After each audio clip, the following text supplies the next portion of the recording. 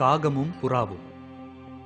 யமுனை நதிக்கரை ஓரமாக மலையா என்ற காகம் தன் குழந்தைகளுடன் வாழ்ந்து வந்தது. அதன் வீட்டருகில் பொன்னி என்ற புறா ஒன்று தன் குஞ்சுகளுடன் வாழ்ந்து வந்தது. இரு குடும்பத்தினரும் மிகுந்த சந்தோஷமாக வாழ்க்கை நடத்தினர். ஒரு நாள் மல்லையா இரையை தேடி வெளியே சென்றிருந்த போது ஒரு கிழநரி அங்கு வந்தது.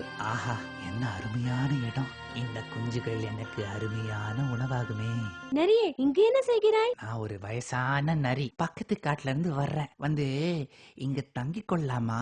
உன் குழந்தைகளை நன்றாக பார்த்துக் கொள்கிறேன். பொன்னி சிறிது நேரம் யோசித்தது. பிறகு நரியை அங்கு தங்க அனுமதித்தது. தன் வேட்டையை முடித்துக் கொண்டு வந்த மலையாவிற்கு ஒரே அதிர்ச்சி. நரி அங்கு தங்குவது அதற்கு சிறிது கூட பிடிக்கவில்லை. நரி நமக்கு நண்பனாக முடியாது, என்னைக்குமே அவன் நமக்கு ஆபத்து தான், அது உனக்கு தெரியாதா? ஆனா மலையா இவனை பார்த்தா நல்லவனாத்தான் தெரியறா. மேலும் அவனுக்கு வயதாகி விட்டதால் ஓடி ஆட முடியாதே.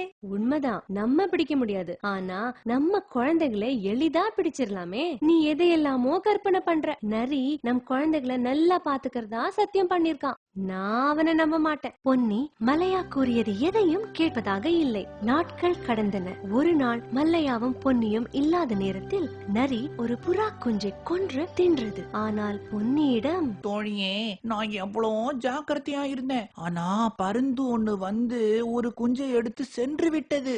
ஐயோ, இது நிச்சயமா பருந்தின் வேலை கிடையாது, இது நரியின் வேலைதான். நிறுத்து, நான் ஏற்கனவே சோகத்துல இருக்கேன். இனி உன்னோட பேசி ஒரு பலனும் இல்ல, நான் வர. மல்லையா தன் குஞ்சுகளை அழைத்துக் கொண்டு வெகு தூரம் சென்றது. ஒரு வீட்டை கட்டி அமைதியாக வாழ்ந்தது. ஆனால் பொன்னி தன் புதிய நண்பனுடன் அங்கேயே தங்கிவிட்டது. நரி புறா குஞ்சுகளை ஒவ்வொன்றாக கொன்று தின்று வந்தது. நல்ல ருசியுள்ள உணவுதான். இன்று கூட பருந்து உன் குஞ்சுகளில் ஒன்றை தூக்கி சென்றது. பொன்னி தன் நண்பனை சந்தேகப்படவே இல்லை. ஒரு நாள் நரி தன் புதிய நண்பனை அழைத்து வந்தது. இது யாரு? பயப்படாத, இவனோ என்ன போல நல்லவன் தான். இப்படியே ஒரு நரியாக வந்து அந்த இடம் முழுவதும் நரிகள் சேர்ந்து விட்டன. கடைசியில் பொன்னியின் குஞ்சுகள் 2 மிஞ்சி இருந்தது. இதில் தந்திரம் இருப்பதை உணர்ந்த பொன்னி ஒரு நாள் நரியை மறைந்து கவனித்தாள். பாவம், தன் குஞ்சுகளை நரிகள் கொன்று தின்பதை பார்த்தாள். இல்லனா கொன்னிடுவேன். இந்த இடம் எங்களுடையது, உனக்கு எங்களை பிடிக்கலனா எங்காவது ஓடி போயிடு. வேறு வழி இல்லாமல் தன் உயிரையாவது காத்துக்கொள்ள பொன்னி அவ்விடத்திலிருந்து ஓடி போனாள்.